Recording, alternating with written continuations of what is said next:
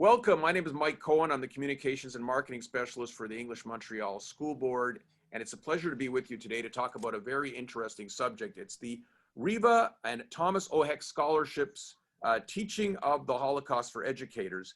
Over the course of 13 years, Mr. and Mrs. Hecht handed out 38 scholarships, many of them to English Montreal School Board teachers who went to Israel to study at Yad Vashem.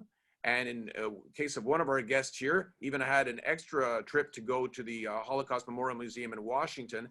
And they brought this important information back to the classroom. And they've been using it. And we want to know how they used it, how they're going to use it. And we want to spread the word so more people get involved. So first joining us as well is my colleague, Wendy Singer. Wendy will be assisting me as we follow the program during the year. And I'll introduce our panel, our distinguished panel. Donna Friedman-Perlin, a teacher at Bancroft Elementary School. Welcome, Donna. Good to have you. Lev Berner, teacher at Vincent Massey Collegiate in Rosemount. Audrée Ann Dupont, teacher at Merton Elementary School in Côte, Saint-Luc.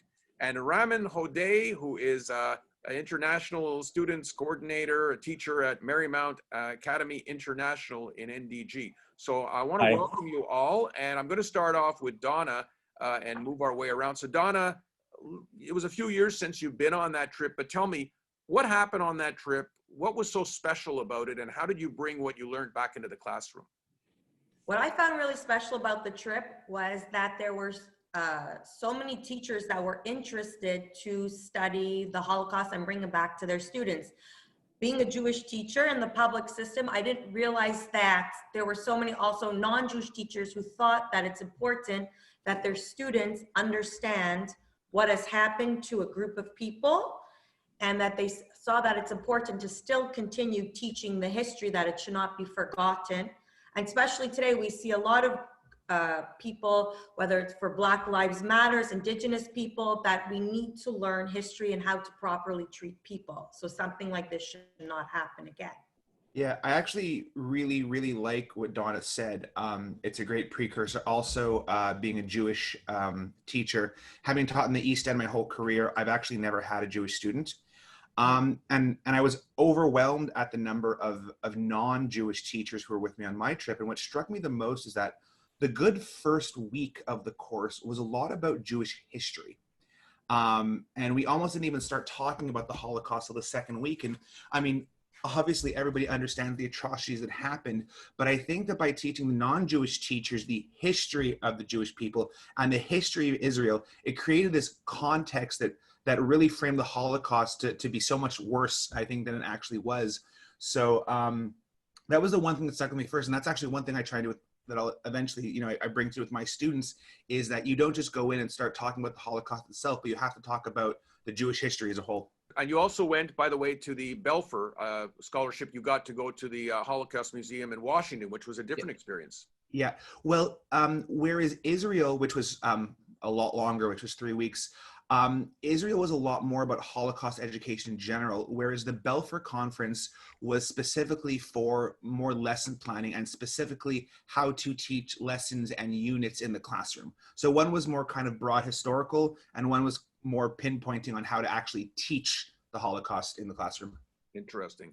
Audrée Ann, how was your experience in Israel? Well, I went in Israel in 2017, if I'm not mistaken, so 3 years ago. And first of all, I teach at Merton Elementary in Côte, Saint-Luc. So a lot of my students are from Jewish background and family. And as you can see by my name, I'm a Francophone. So I know a little bit about the Holocaust, but that scholarship made me understand like what happened there, and like more about the culture, of Israel, and like what the country have been through, and like also meeting a lot of other people that were eager to learn about that topic.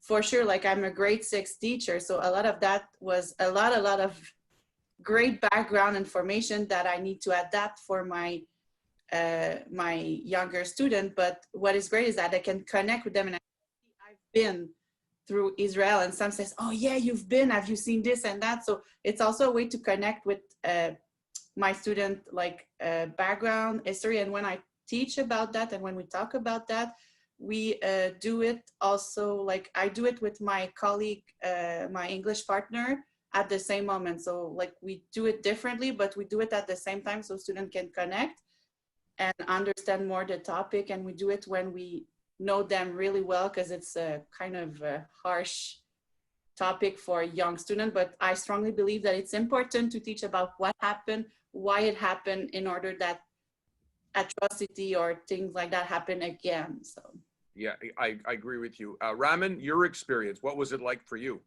Okay, I have wanted to go to Israel since when I was a kid. I have always read about this this land, and I have an aunt who is a German. So we were talking, and she said, well, she had gone to Yad Vashem. This is maybe around 20 years back, and I've always wanted to go there, and I got this opportunity to go there. It was absolutely fabulous.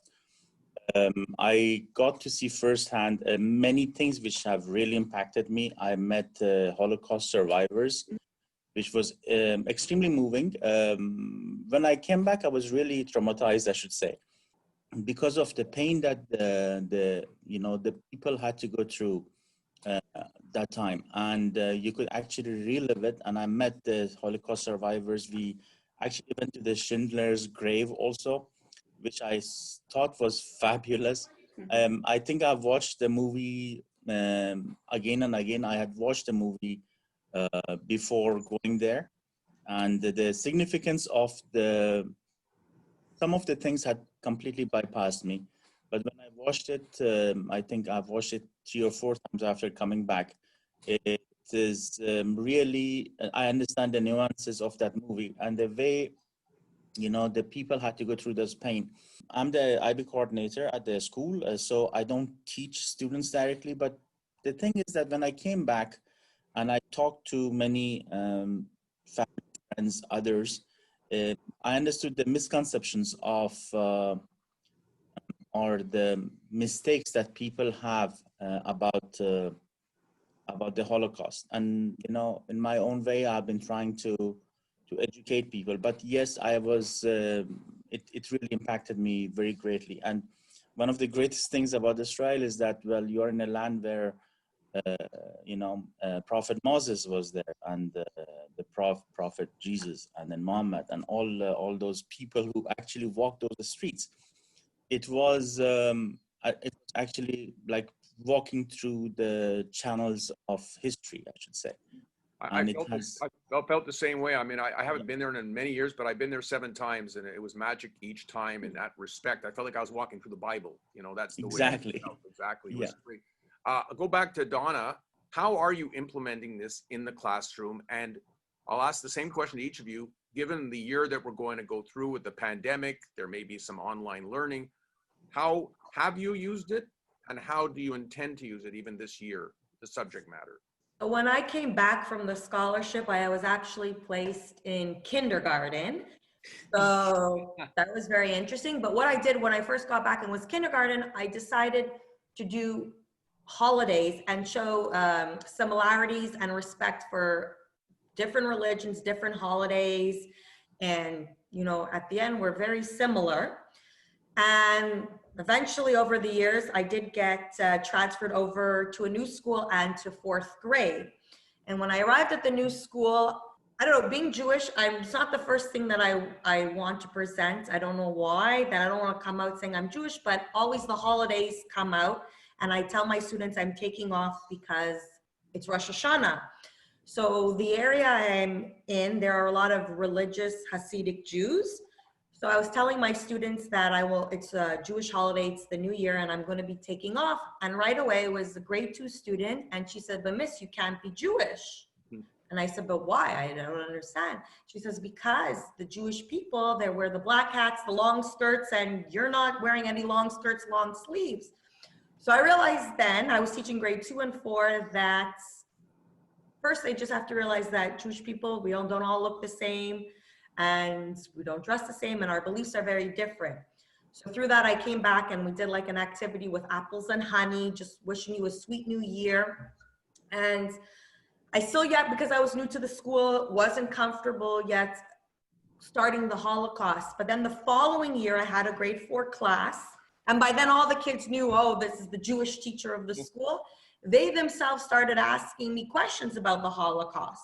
So along with the spiritual animator, we started talking to them, because another thing that happens is that these kids have YouTube, and they go on and they watch the videos that are very traumatizing. So you try to encourage them, don't, we're going to talk about it in class. We started talking, just having conversations and reading books with them. And a lot of them were going on YouTube, so we would have discussions with that. Generally, what I tend to do is my students don't react well when I delve right into the Holocaust, because I find that for students who have no clue what's going on, I mean, they know the basics, but having a bit of a background in teaching history too, I feel that you need to teach them history. And so I actually don't even start it as a Holocaust unit. I started as a unit on Canadian human rights. And I have them each take a decade and look at something positive that changed for a fraction of the population in terms of human rights in Canada. Then I also have them look at something negative, because they have to realize that even though we live in Canada, we have a dark history.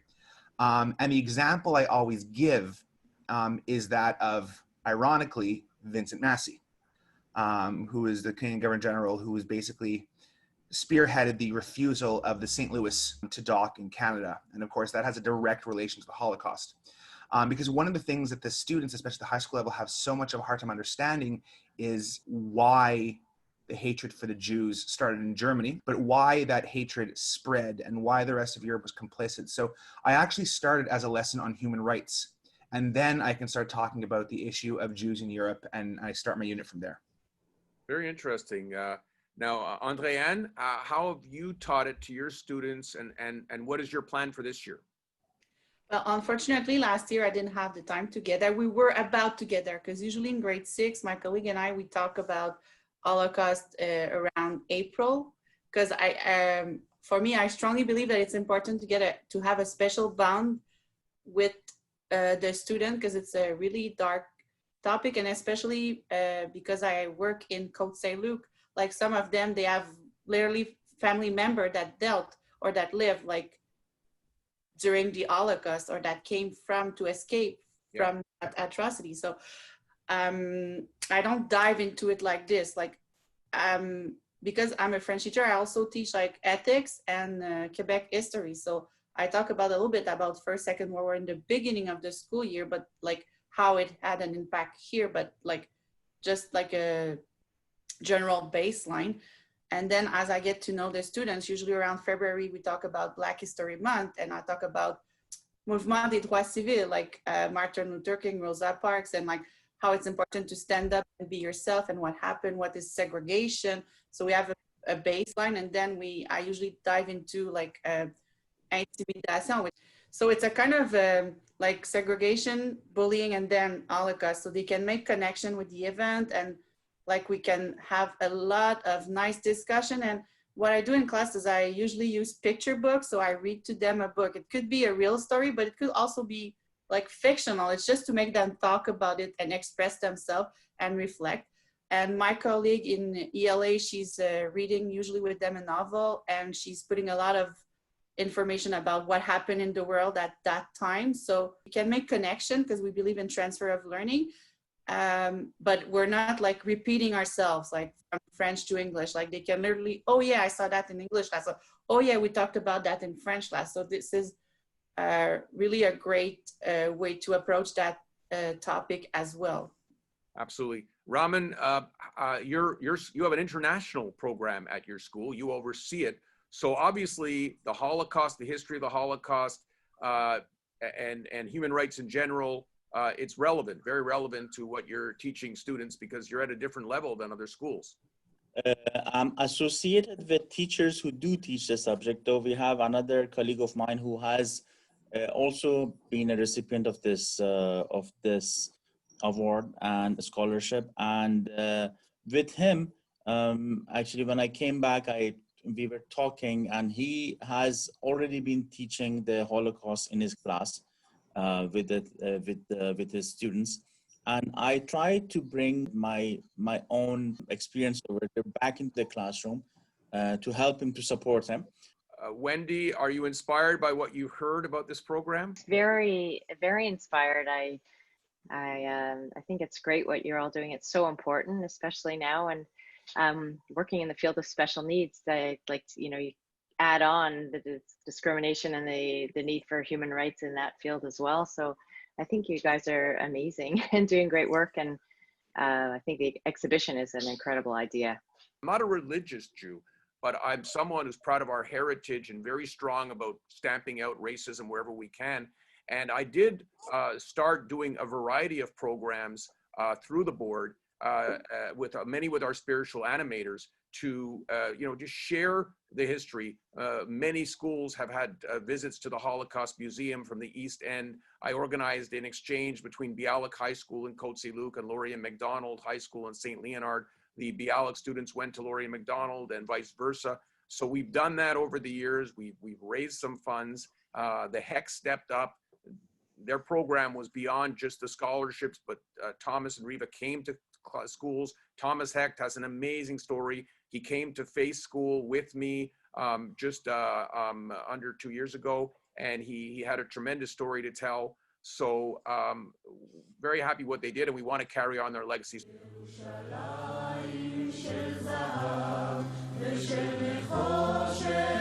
של